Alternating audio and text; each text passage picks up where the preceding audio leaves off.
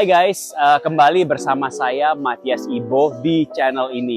Nah, hari ini saya akan membahas mengenai masalah yang sering terjadi di lutut kita.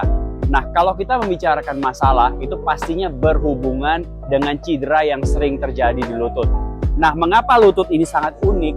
Karena banyak sekali cedera yang terjadi di lutut ini bukan berasal dari lutut sendiri, tetapi berasal dari persendian yang lain, seperti hip misalnya, atau ankle. Kecuali memang ada cedera yang langsung atau direct trauma dengan lutut, seperti misalnya ACL atau meniskus. Tapi itu akan kita bahas nantinya secara terpisah di episode-episode di depan. Nah, hari ini saya akan bahas sedikit secara umum mengenai potensi terjadinya masalah di lutut dan bagaimana cara kita menguatkannya atau menstabilkan lutut itu sehingga lutut kita bisa berfungsi dengan baik. Alright, oke.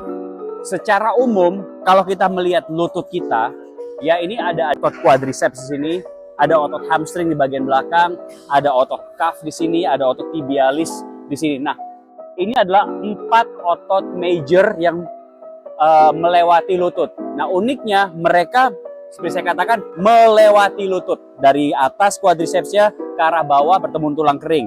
Otot calfnya betis ini dari tulang kering dia melewati lutut dan kemudian bertemu di femur atau di otot di paha bagian atas. Jadi mereka itu melewati satu dengan yang lainnya. Akibatnya lutut ini berfungsi sebagai jembatan antara hip dan ankle. Nah, ini salah satu hal yang menyebabkan mengapa lutut ini menjadi sangat-sangat rapuh dan harus dilatih secara baik.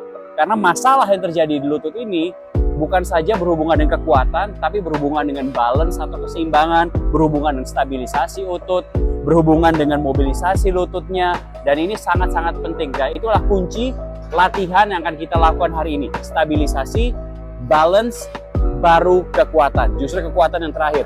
Kalau lutut tidak stabil dan langsung dilatih kekuatan, maka lutut itu akan semakin goyang. Jadi kita harus melatih stabilisasinya dulu dan balance, baru kemudian terakhir kekuatan. Jadi itu langkah-langkah yang akan kita lakukan hari ini. Oke, let's go.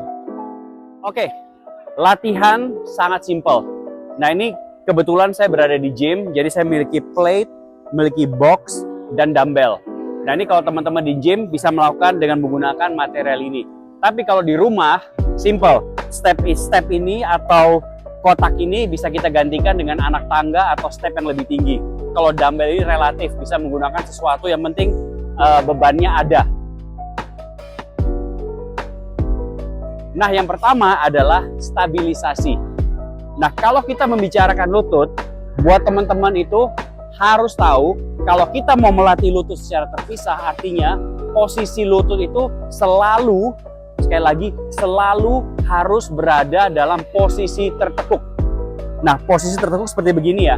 Jadi, posisi lututnya ini, tempurungnya ini sejajar dengan jari nomor 3 atau 4. Nah, seringkali kita berdiri itu posisinya ke dalam. Nah, ini posisi yang keliru. Ke arah sana itu posisi yang keliru. Atau kakinya keluar, kita berdiri. Ini posisi yang keliru, justru ini bisa mengakibatkan cedera di lutut. Nah, posisinya yang pertama harus lurus ke depan, jam 12, tumitnya ke jam 6, baru kemudian kita berdiri dengan posisi lututnya mengarah keluar. Nah, kalau dari samping, lutut ini harus ke arah belakang, jadi kita menggunakan hip kita, hinge atau nungging. Jadi bukan ke arah depan seperti begini. Kalau ke arah ke depan terlalu banyak kompresinya. Jadi kita bawa dari hip kita ke belakang, hinge. Kita jaga. Nah, ini posisinya yang kita lakukan.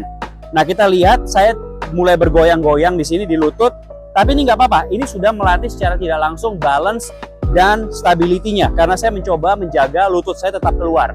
Jadi kita bisa melihat quadricepsnya, betisnya, tibialisnya, hamstringnya, semuanya bekerja keras menjaga agar posisinya tetap di tengah. Lama-lama kalau udah kerasa panas, itu berarti adalah sensasi yang bagus ya. Kalau udah mulai hangat dan panas, artinya struktur stabilisasi di dalam lutut, yaitu ligamenmu, meniskusmu, tendon-tendonnya, itu bekerja keras menjaga lutut. Dan itu adalah latihan stabilisasi. Jadi feedbacknya adalah panas di lutut. Itu nggak salah. Kecuali sakit, sharp pain, itu nggak boleh langsung berhenti, stop latihannya. Oke, kita coba lagi variasinya. Berdiri terlebih dahulu seperti tadi. Lututnya di bagian depan, hinge ke belakang, posisi badan ke depan. Tangannya boleh di belakang, boleh di samping, boleh di atas, bebas. Kalau saya lebih milih di samping supaya tidak mengganggu, jadi benar-benar menjaga stabilisasi. Nah, kemudian kita lakukan gerakan dulu ke samping. 1, mempersulit ya. 2, 3, kita bisa ulang ini 8 kali, kemudian ke depan. 1, 2, 8, kemudian ke belakang. 1, sejauh mungkin. 3, 8, kemudian baru kita crossing. 1, wow, sih stabilisasi. 2, dan 8, dan kembali. Yang kedua, kita menggunakan steps. Nah, pada saat menggunakan steps ini, saya ganti kaki dulu, kaki kanan. Saya bawa secara perlahan ke belakang hinge atau kaki di depan. Bawa ke belakang depan secara perlahan dan naik lagi. Sekilas ini adalah latihan kekuatan, tetapi kalau dilakukan secara perlahan, ini menjadi latihan stabilitas. Kalau kita melakukan dengan cepat, nah ini adalah latihan kekuatan. Tapi kalau kita melakukan dengan pelan, menjaga ke bawah, ini adalah stabilitas. Tetap dijaga kualitasnya agar tertekuk lututnya. Ke bawah lagi, ke belakang juga bisa variasi pelan. 2, 3, 4, 2, 3, 4. Sekali lagi di sini 2 variasi yang membuat lutut ini menjadi anget dan itu adalah stabilisasi. Nah, 2 latihan tadi ini on the floor yang datar dengan di atas step atau tangga atau plates, ini sangat-sangat membantu dan bisa kita lakukan di mana saja. Buat teman-teman yang bekerja di kantor, sering mengalami masalah lutut, ini bisa dilakukan pada saat break.